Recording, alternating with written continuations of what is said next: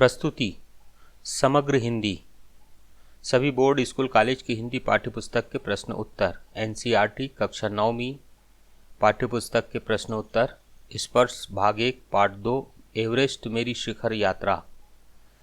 पाठ्यपुस्तक के प्रश्न उत्तर। निम्नलिखित प्रश्नों के उत्तर 1-2 पंक्तियों में दीजिए। प्रश्न 1, अग्रिम दल का नेतृत्व कौन कर रहा था? उत्तर है अग्रिम दल का नेतृत्व प्रेमचंद कर रहा था। प्रश्न 2, लेखिका को सागर माथा नाम क्यों अच्छा लगा? उत्तर है लेखिका को सागर माथा नाम अच्छा लगा क्योंकि सागर के पैर नदियां हैं तो सबसे ऊंची चोटी उसका माथा है। प्रश्न 3, लेखिका को ध्वज जैसा क्या लगा? उत्तर, लेखिका को एक बड़ा फ्लूम पर्वत शिखर पर लहराता हुआ ध्वज जैसा लगा। प्रश्न 4, हिमस्खलन से कितने लोगों की मृत्यु हुई और कितने लोग घायल हुए? उत्तर है हिमस्खलन से 1 की मृत्यु हुई और 4 लोग घायल हुए।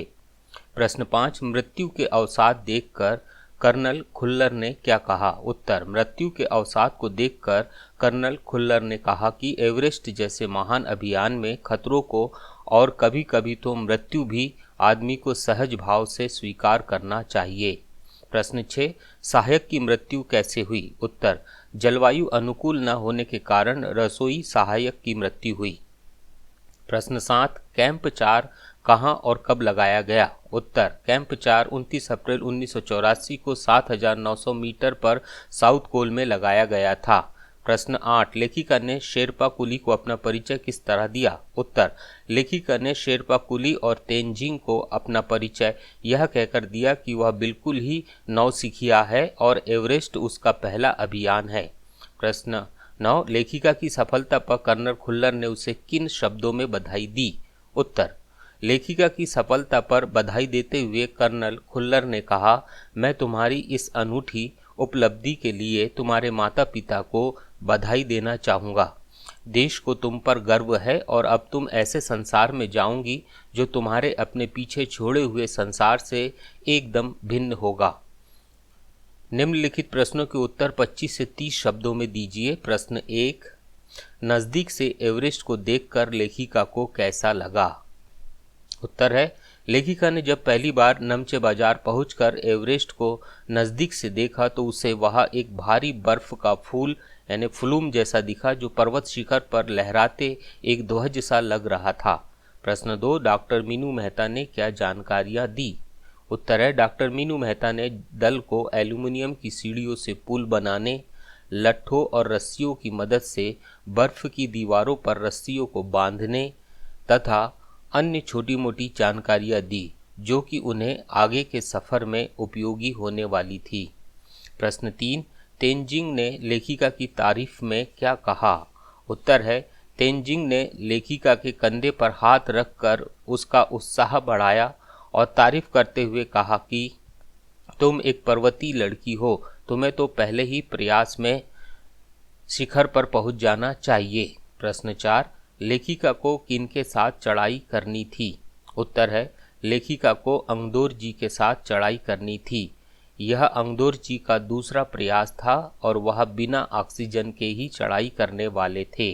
प्रश्न 5, लोबसांग ने तंबू का रास्ता कैसे साफ किया? उत्तर, लोबसांग ने अपनी स्विस छुरी की मदद से तंबू का रास्ता साफ किया और वह इस कार्य में अपने पहले प्रयास में ही सफल हो गया।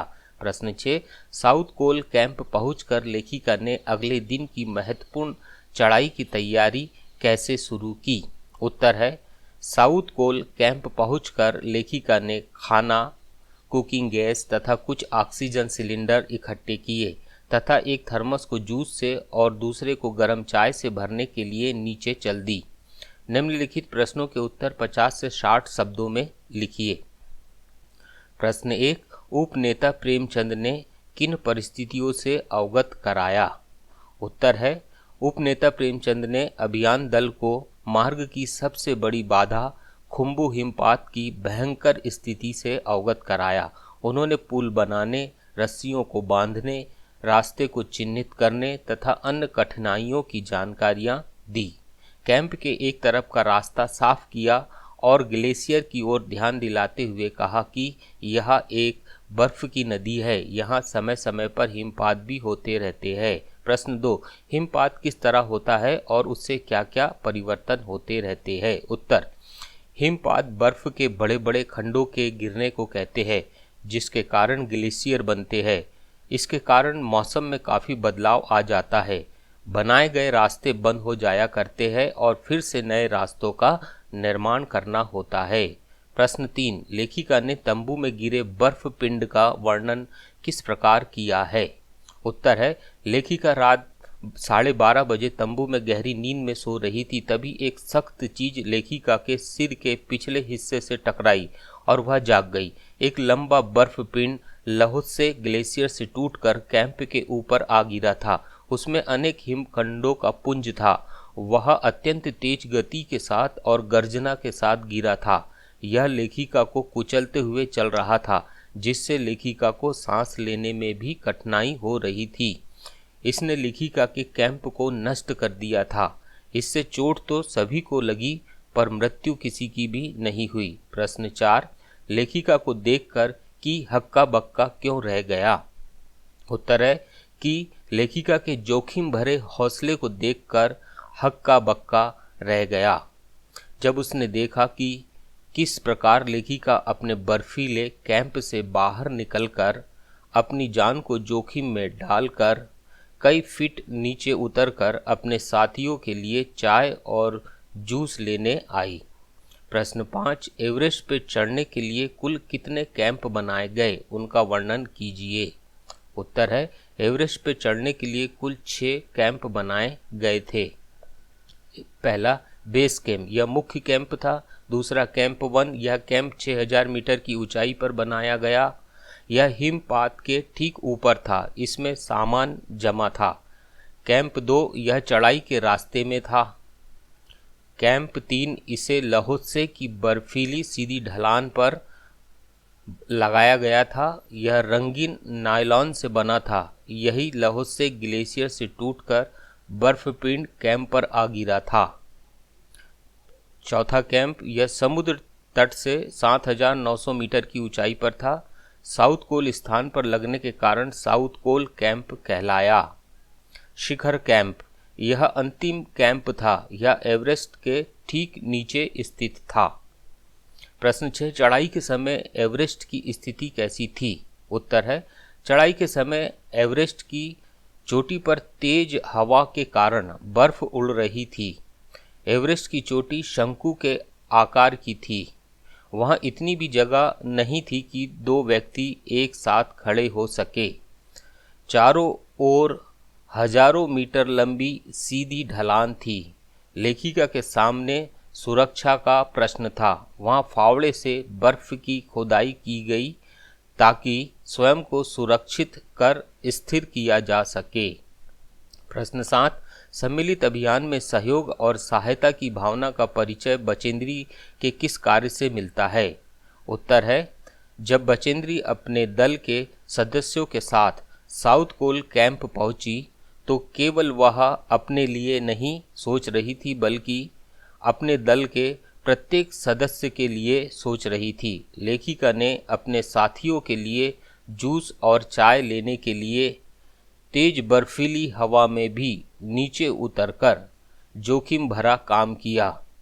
उसके इस कार्य से उसकी सहयोग और सहायता की भावना का परिचय मिलता है।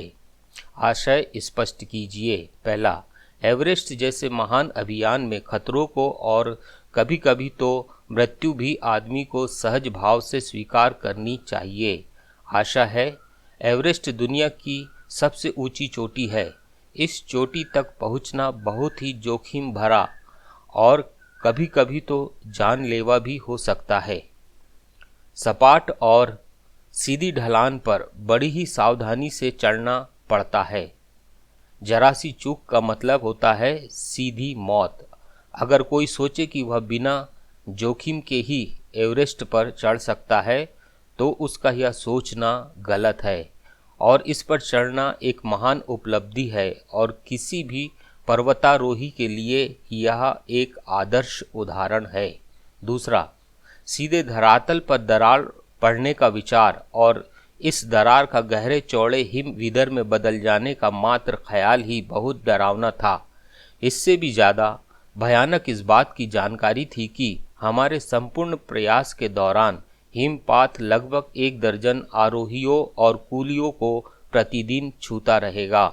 आशय है बचेंद्री पाल को चढ़ाई करने से पहले ही हिमपात और रास्ते में आने वाली कठिनाइयों के बारे में बता दिया गया था।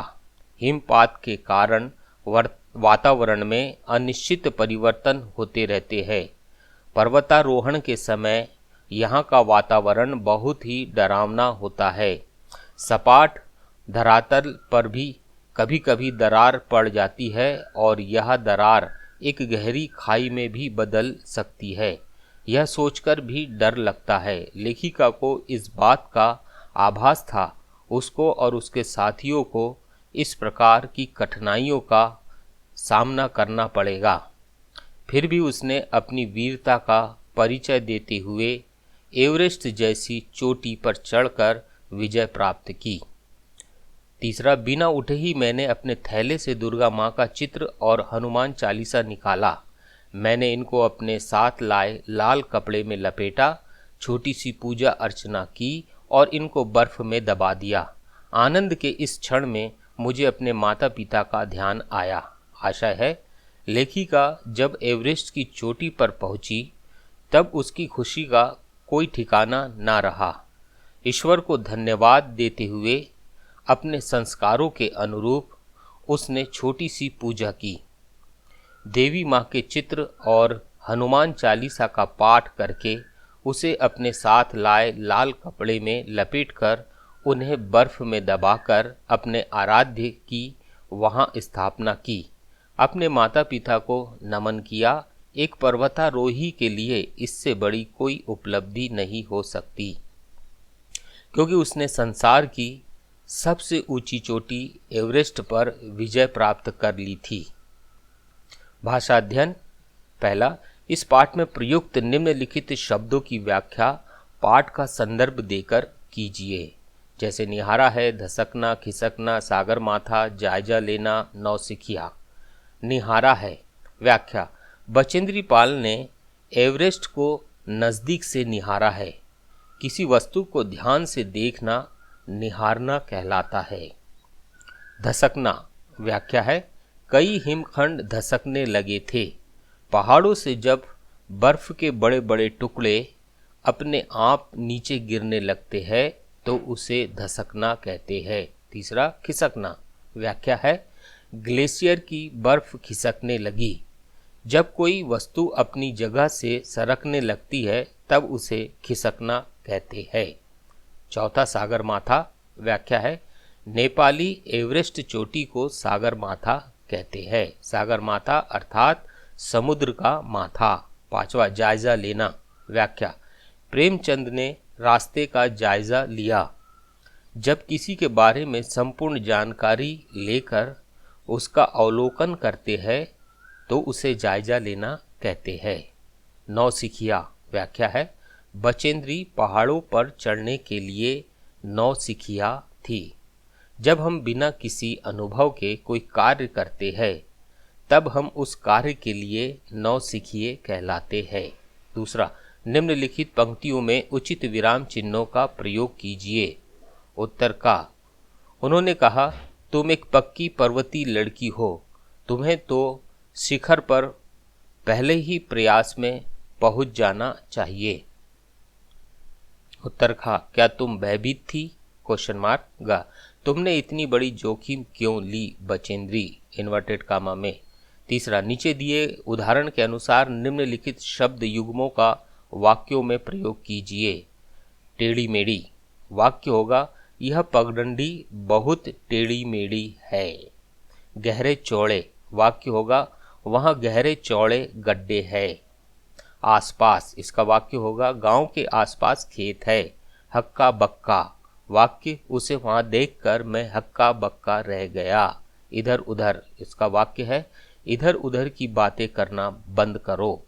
लंबे चौड़े। इसका वाक्य बनेगा, यहाँ बहुत लंबे चौड़े मैदान है। उदाहरण के अनुसार विलोम शब्द बनाइए। उत्तर नियमित, अनियमित, आरोही, अवरोही, सुंदर, असुंदर, विख्यात, अविख्यात, निश्चित, अनिश्चित। प्रश्न 5, निम्नलिखित शब्दों में उपयुक्त उपसर्ग लगाइए।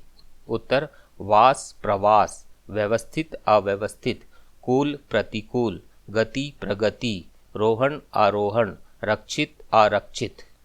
निम्नलिखित क्रिया विशेषणों का उचित प्रयोग करते हुए रिक्त स्थानों की पूर्ति कीजिए।